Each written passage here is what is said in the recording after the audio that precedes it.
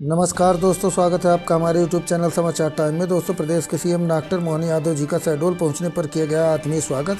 Shahdol Jamui helipad पर पहुंचने पर जनप्रतिनिधियों एवं प्रशासनिक अधिकारियों द्वारा आत्मीय स्वागत किया गया। मुख्यमंत्री के हेलीपैड पहुंचने पर मध्य प्रदेश शासन के कैबिनेट मंत्री विजय शाह, मध्य प्रदेश शासन के राज्य मंत्री स्वतंत्र प्रभाव कुटीर एवं ग्राम उद्योग मंत्री दिलीप जायसवाल, सांसद हिमाद्री सिंह, अध्यक्ष मध्य प्रदेश कोल विकास प्राधिकरण रामलाल रौतेल, अध्यक्ष महिला वित्त विकास निगम अमिता चपरा और जिला पंचायत अध्यक्ष प्रभा मिश्रा, विधायक जयसिंह मरावी, मनीषा सिंह, शिवनारायण सिंह, शरद जुगलाल कोल एवं सभी प्रशासनिक अधिकारी उपस्थित रहे। सुनिए क्या कहना है हमारे मुखिया जी का देश के संबोधन में। अनेक उदाहरण भरे पड़े हैं जब माताओं बहनों ने अपने पुरुषार्थ से, अपने पराक्रम से देश के लिए मार्ग बताया।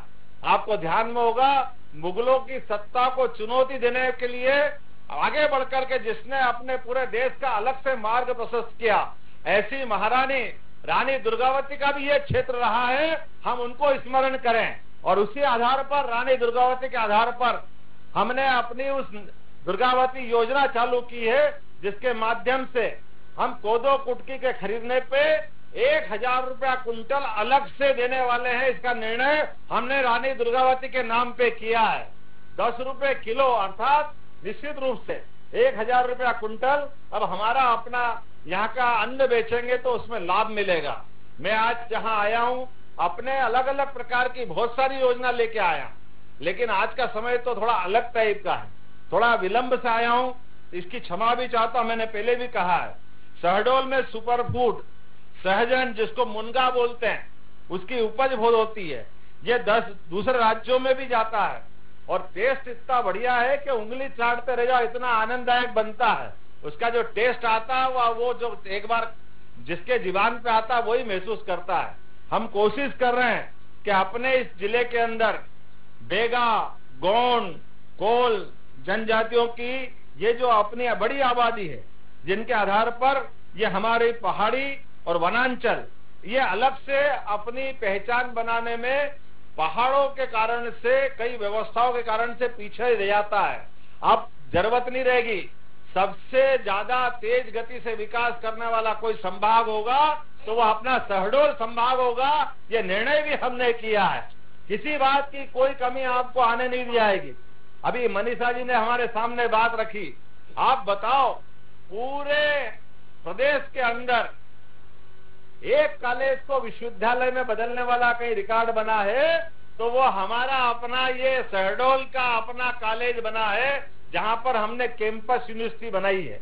लेकिन कैंपस यूनिवर्सिटी में भी बहन ने एक मांग रखी, सारे जनप्रतिनिधियों ने मांग रखी कि हमको कॉलेज की कमी पड़ रही है।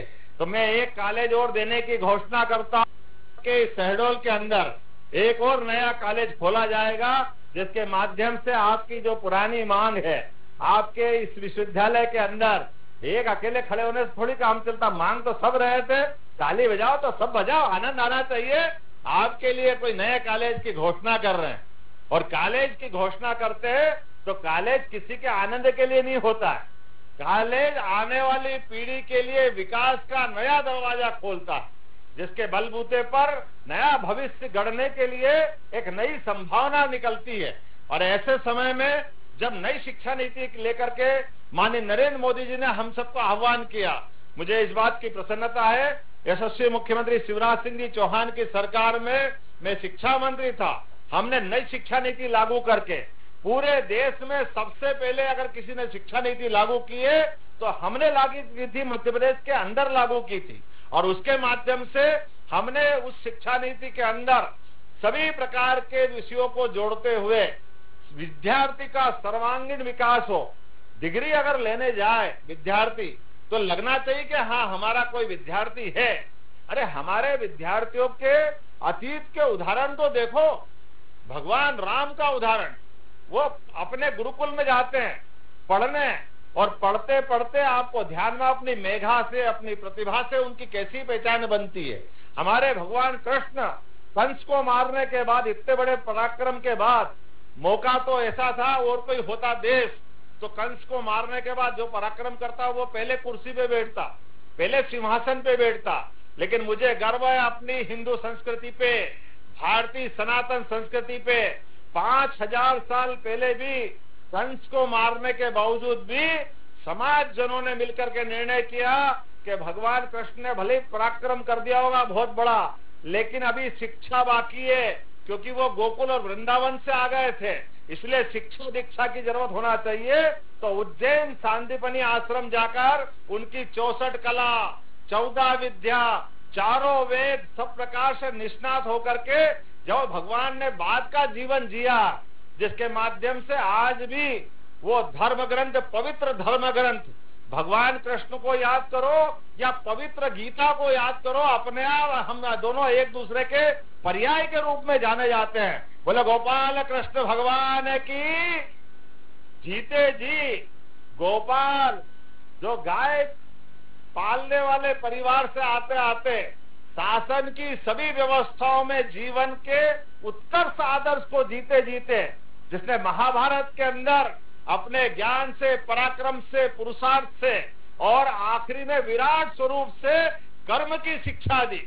ये जो भावना हमारी संस्कृति की है कि मानवोचित संस्कार को धारण करके जो आएगा वो जाएगा, लेकिन आने और जाने के क्रम में अगर हम पृथ्वी पे आए हैं तो कर्म को हम सर्वोच्च स्थान दें। यही कारण है आज नरेंद्र मोदी जी की सरकार में भी, नरेंद्र मोदी जी जिनका अपना स्वयं का कोई परिवार नहीं है, लेकिन वो 142 करोड़ देशवासियों को अपना परिवार मान के चलते हैं। ये जो आप अंदर का भाव है, ये सनातन संस्कृति का भाव है, और इसी आधार पर हमारे विकास के सभी काम चल रहे हैं। एक के बाद एक जीवन के सब क्षेत्रों में कोई क्षेत्र खाली नहीं छोड़ रहे हैं। हर क्षेत्र में विकास के नए नए कीर्तिमान बन रहे हैं। आप कभी अंदाजा लगा सकते हो राष्ट्रपति कोई अनुसूचित जाति परिवार से हो सकती है? ये केवल एकमात्र कारण से हुई है, यशस्वी प्रधानमंत्री ने कहा है कि हाँ, द्रौपदी मुर्मू हमारे इस देश की वासी है, उड़ीसा जैसे राज्य से जनजाति परिवार की है, लेकिन इस देश की प्रथम नागरिक बन सकती है। हम अपने राष्ट्रपति में भी आज मौका देकर के गौरवान्वित है। क्यों? क्योंकि हमने कहा कि सर्वे भवन्तु सुखिनः, सर्वे सन्तु निरामया। जब हम सबको साथ लेके चलने की भावना करते हैं, सबको साथ लेके खड़ा करने की भावना करते हैं, तो हमको ये निश्चित रूप से जातिवाद के भेद से भी बाहर आना पड़ेगा। हमको सबको साथ में खड़ा रख करके दिखाना पड़ेगा कि जो हम कह रहे हैं वो करके दिखाएंगे। हम अपने डबल रोल की जिंदगी से पूरा नहीं कर सकते, इसलिए हमारी जिन पे आस्था है वो आस्था का प्रकटीकरण भी होना चाहिए। और आस्था का प्रकटीकरण करने में अगर सुप्रीम कोर्ट साथ में आती है, अब बताइए अयोध्या के अंदर भगवान राम के निर्माण के मामले में सुप्रीम कोर्ट ने निर्णय दिया, कोई ने मन से बनाया क्या? अरे सुप्रीम कोर्ट के निर्णय का पालन करने के लिए सरकार के पास 56 इंच के कलेजे वाले यशस्वी प्रधानमंत्री नरेंद्र मोदी है, जिन्होंने कहा है कि हाँ, सुप्रीम कोर्ट ने कहा कि भगवान राम का मंदिर बनना चाहिए, तो नरेंद्र मोदी जी ने कहा कि निश्चित रूप से सुप्रीम कोर्ट निर्णय करे और हम लागू करेंगे।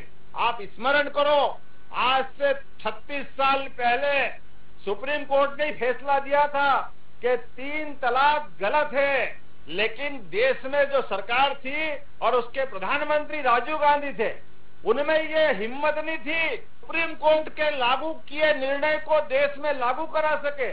इसलिए जो निर्णय कोर्ट ने दे दिया उसको संसद के माध्यम से बदल दिया। अरे भाई, क्यों? मुस्लिम बहनें हमारी नहीं है क्या? उनके जीवन में आने वाले कष्ट का एहसास नहीं है क्या?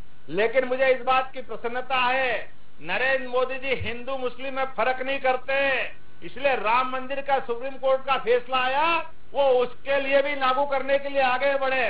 और पुराना सुप्रीम कोर्ट का फैसला था, उस फैसले को भी 56 इंच वाले माननीय नरेंद्र मोदी जी ने लागू करके बता दिया कि देश ऐसे अच्छे फैसले का इंतजार करता। अभिनंदन करे माननीय नरेंद्र मोदी जी का। सरकार होती काय के लिए?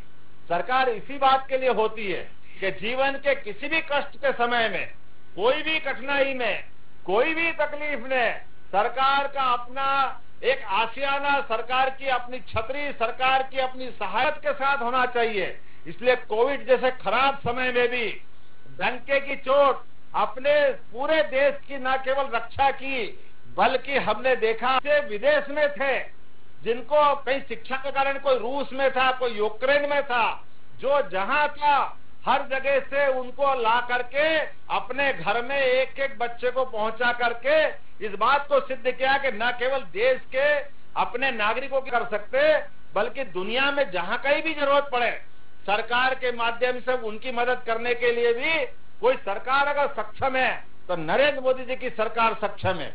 मैं आज के इस अवसर पर आप सबको आश्वस्त करना चाहता हूं, आपने वाकई अपने हृदय कमल से हमारे पे जो विश्वास व्यक्त किया, विकास पे जो विश्वास किया, हमारी अपनी पार्टी भारतीय जनता पार्टी पे जो विश्वास किया है और हमने जो घोषणा पत्र के माध्यम से दिया है, एक एक अक्षर वैसे ही नीचे उतरेगा। हमारी सरकार 5 साल के लिए बनाई हुई है, पूरी की पूरी सरकार सभी कामों को लागू करेगी। और अभी तो 22 तारीख को राम मंदिर का मसला हमारे सामने आ रहा है। बोलो प्रभु रामचंद्र जी महाराज की। निश्चित रूप से हमारी सरकार जिस में है उस मार्ग पे सब पुष्प वर्षा करके उनका स्वागत करेगी, वंदन करेगी। हमारे उसके बाद 26 जनवरी का समय आने वाला, आजादी के अमृत काल का प्रारंभ है। आजादी के अमृत काल में अलग अलग राज्य के जिलों के अंदर जिसकी जैसी आवश्यकता है, उद्योग की, व्यापार की, व्यवसाय की, पशुपालन की, कृषि की, जहां जहां जैसी आवश्यकता होगी सभी क्षेत्रों में समान रूप से विकास करेंगे। आज के इस अवसर पर मैं आप सबको एक बार फिर बधाई देना चाहूंगा। आपने हमारे पे विश्वास किया, इस आभार कार्यक्रम में वाकई आपने जिस प्रकार से बड़ी संख्या में आकर यह समर्थन दिया है, मैं सारी जिंदगी इस क्षण को नहीं भूलूंगा। बहुत बहुत धन्यवाद। भारत माता की जय।